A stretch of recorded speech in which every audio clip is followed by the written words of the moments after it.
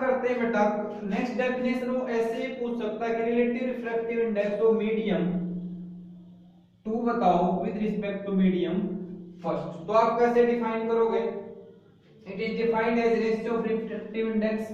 तो देखो 2 का इसके रिस्पेक्ट में पूछा 1 में, तो definition simple n2 by n1। तो क्या आ जाएगा? Ratio of refractive index of medium 2 with respect to refractive index of medium first. तो ये डेफिनेशन नोटेशन क्या हो जाएगी बताओ मेरे को? अगर सिंपली लिख रहा है तो 2 पहले वाले को आगे, दूसरे को पीछे, या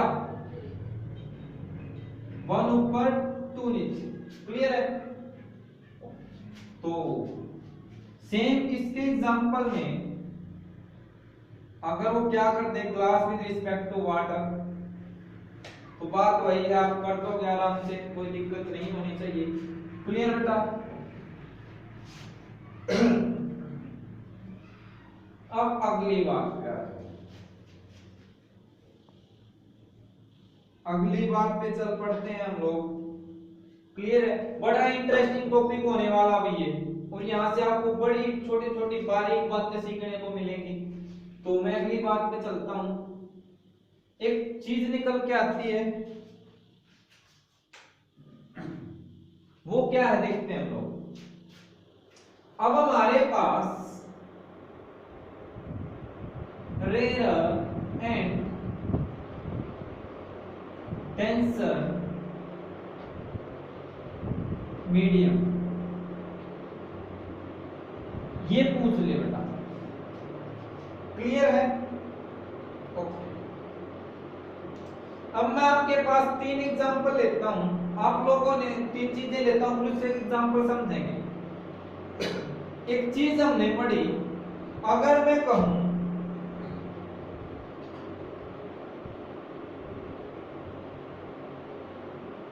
जस्ट मैं, चलो ये ले लेते हैं,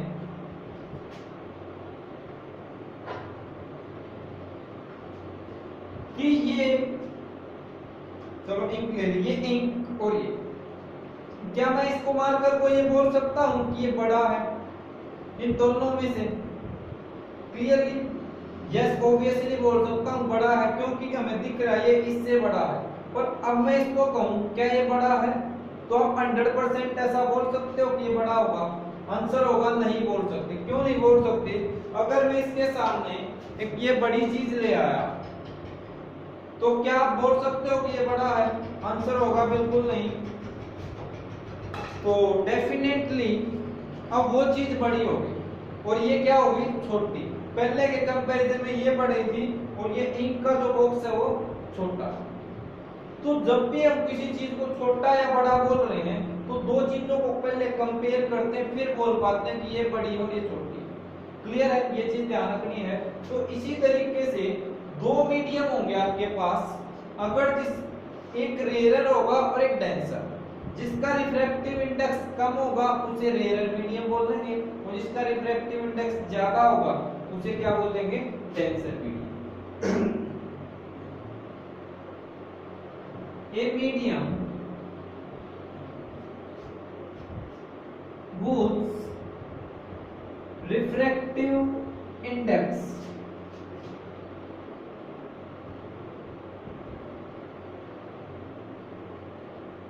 is smaller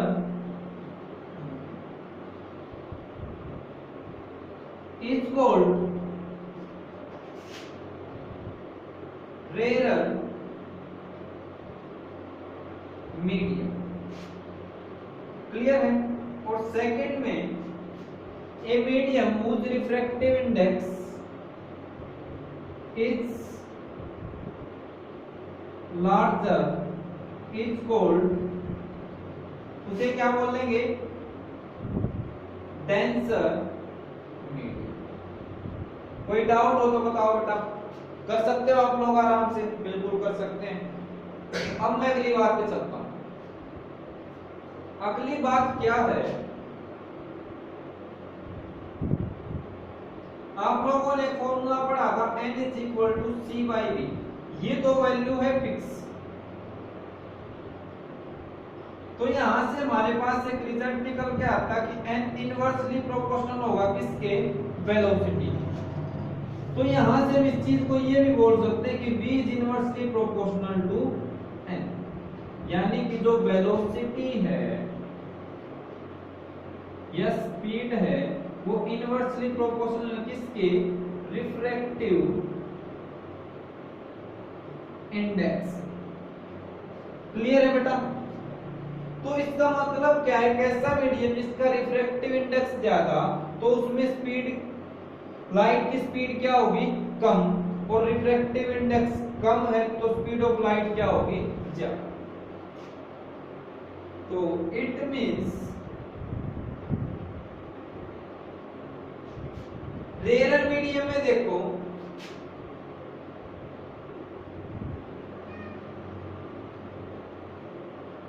या ये लिख सकते हो जो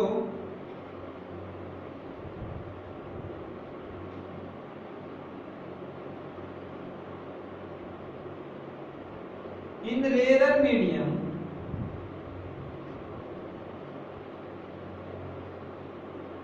speed of light is more because its refractive index, इसका रिफ्रैक्टिव इंडेक्स क्या है बताओ, मोर है, क्या था रिफ्रैक्टिव इंडेक्स, स्मॉलर। क्लियर है? या आप इसको ऐसे भी घुमा सकते हो, सिंस ऐसे भी लिख सकते हो, यही बेटर रहेगा, since refractive index of rare medium, यहां लिखेंगे आप इस चीज को, rare medium is smaller so speed of light, पूरा ही लिख देता हूं, is smaller so speed of light in it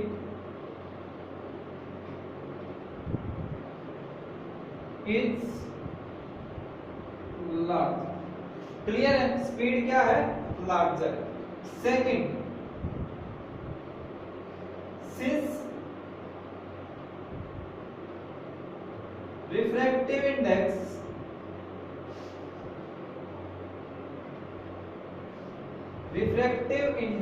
of denser medium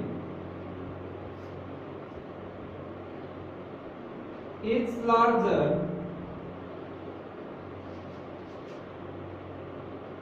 so speed of light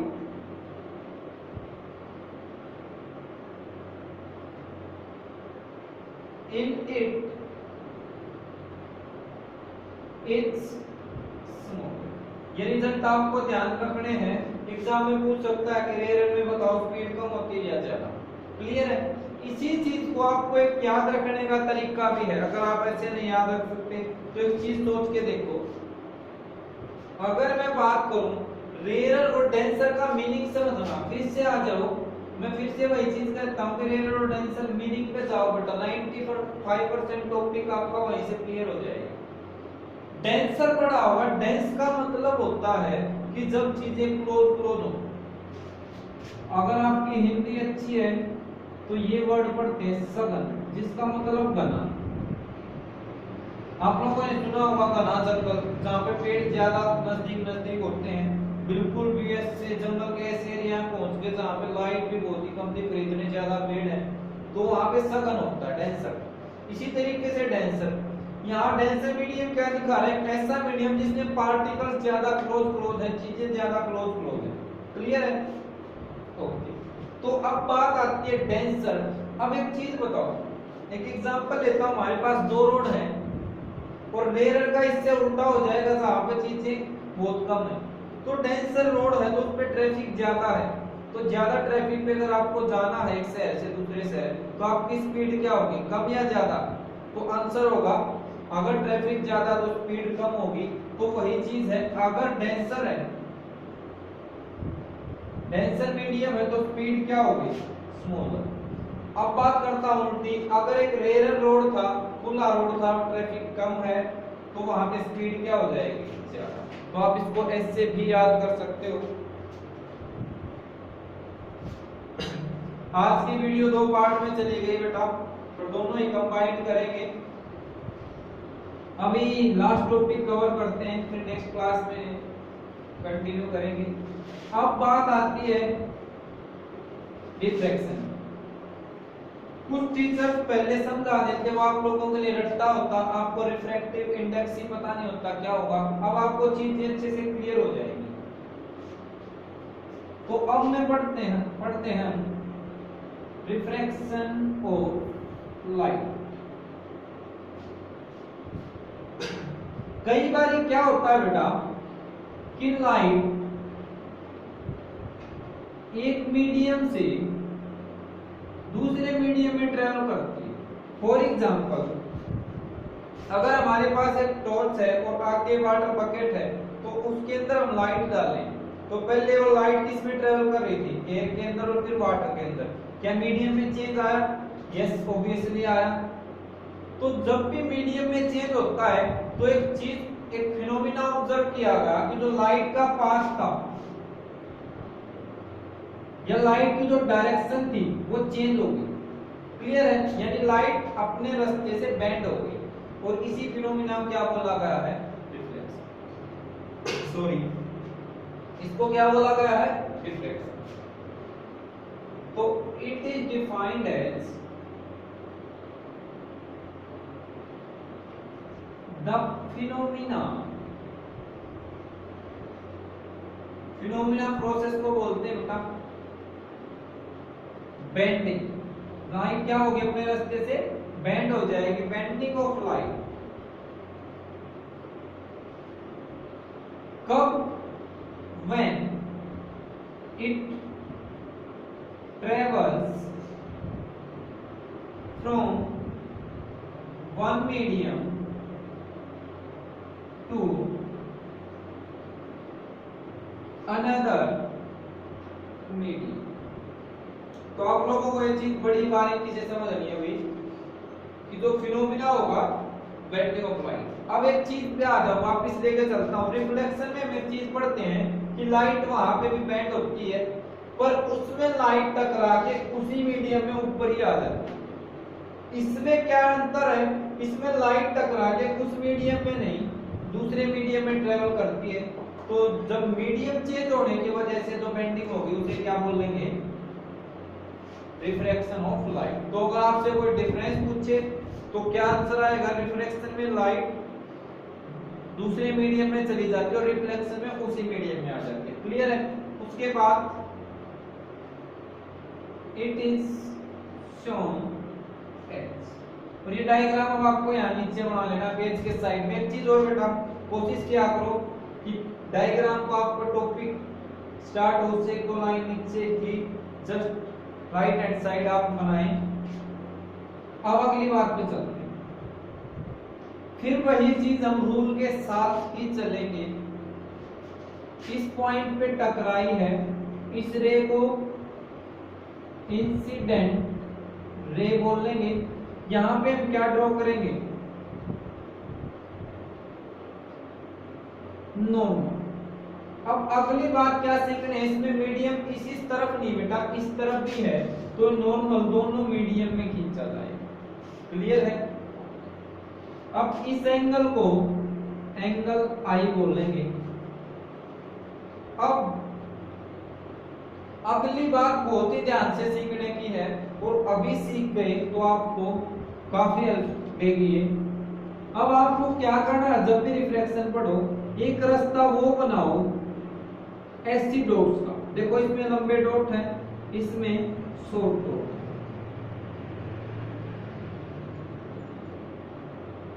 कि ये क्या बता रहा है कि अगर यहाँ पे मीडियम में चेंज ना होता, मीडियम नहीं बदलता, तो ये लाइट सीधी ऐसे ही आती, ये लाइट सीधी इसी तरफ आती।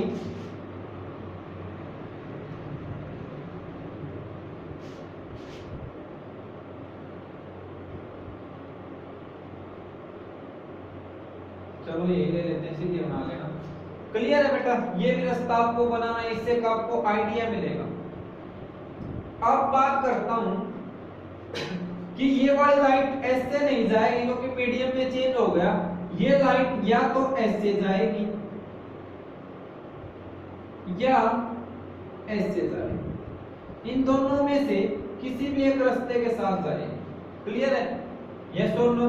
मैं फॉर एग्जांपल इसको मान लेता हूं अभी के लिए, ये हमारी रिफ्रैक्टेड रे होगी। आपको पेपर में से कोई एक ही बनानी है। फिर एक बच्चा मेरे से क्वेश्चन कर सकता है, होल्ड ऑन बेटा, कि सर ये दो क्यों बनाई है? तो आपको अगली क्लास में समझ आ जाएगी क्यों बनाई है। आप पेपर में जब दिखाओ तो इस एक को या दोनों को दिखा सकते हो। ये एंगल हो जाएगा, नॉर्मल के साथ एंगल लेते थे, एंगल आ। क्लियर बेटा? तो आप लोगों का डायग्राम भी क्लियर हो गया। उसके बाद लॉज ऑफ रिफ्रैक्शन, क्या होते हैं बेटा रिफ्रैक्शन के लॉज?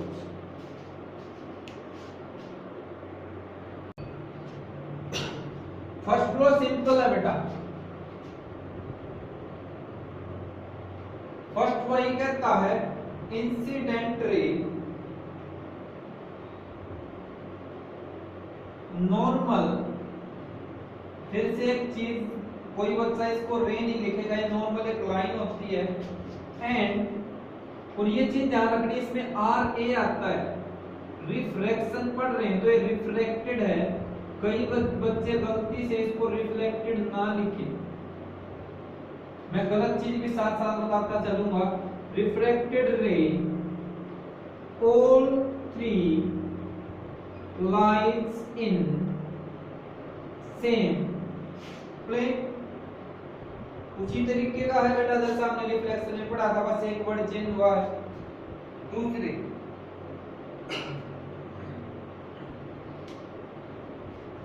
अभी आप 10th क्लास में साइन थीटा कोस थीटा इस तरीके से पढ़ोगे, तो ये क्या होता है, एंगल का साइन, ये एंगल का कोस, इस तरीके से पढ़ोगे। अब इस मीडियम में एंगल कितना है आई, और इस मीडियम में एंगल कितना है आर। क्लियर है? तो सेकंड क्या करता है, बहुत ही इंपॉर्टेंट लॉ है, आपसे वैसे इंडिविजुअली भी पूछ सकता है और वैसे भी। इसको स्नेल्स एक साइंटिस्ट था, उसने ढूंढा था, तो स्नेल्स लॉ के नाम से जानते हैं।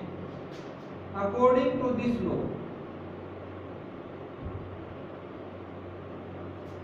द रेशियो ऑफ, किसका बेटा,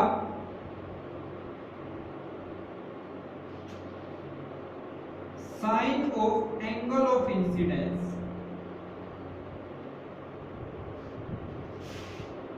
और and sine of angle of refraction. Clear है? It's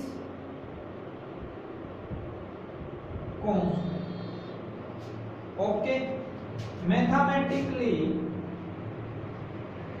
sign I by sine R, angle of incidence को कैसे दिखा रहे हैं, आई से, और एंगल ऑफ रिफ्रैक्शन को आर से, is equal to a constant, और वो कांस्टेंट कौन सा होता है, म्यू। कौन सा होता है बेटा, म्यू या एन, ये होता है। आपको किसी बच्चे को कोई डाउट हो तो बताओ। क्लियर? अब मैं इसी चीज पे एक पॉइंट और बताता हूं, इसकी सेकंड डेफिनेशन, स्नेल्स लॉ की सेकंड डेफिनेशन है ये, वही आप पढ़ोगे तो बेटर रहेगा। ये क्या करता है, अकॉर्डिंग टू दिस लॉ,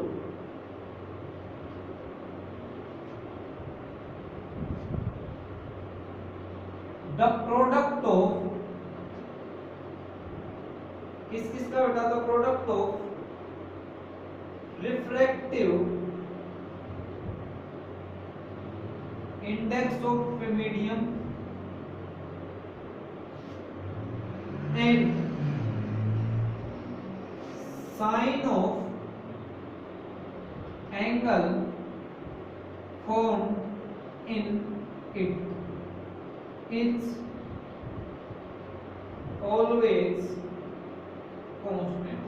उस एंगल का जो साइन हो क्या होगा, always constant. क्लियर है?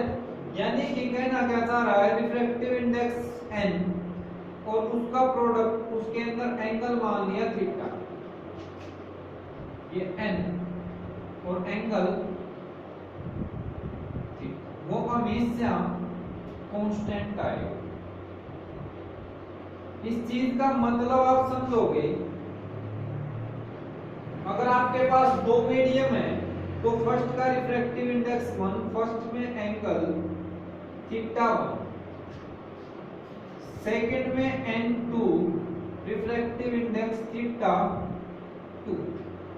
अगर कोई तीसरा मीडियम है तो n3 रिफ्रैक्टिव इंडेक्स और एंगल थीटा 3। क्लियर है? अगर 3 है तो 3 के लिए, 5 मीडियम तो 5 के लिए। अब यही चीज देखो, ये यही निकल आएगा। अगर मैं इन दोनों की बात करूं तो फर्स्ट का और सेकंड का दिखाते हैं। इसको मैं रब कर देता हूं।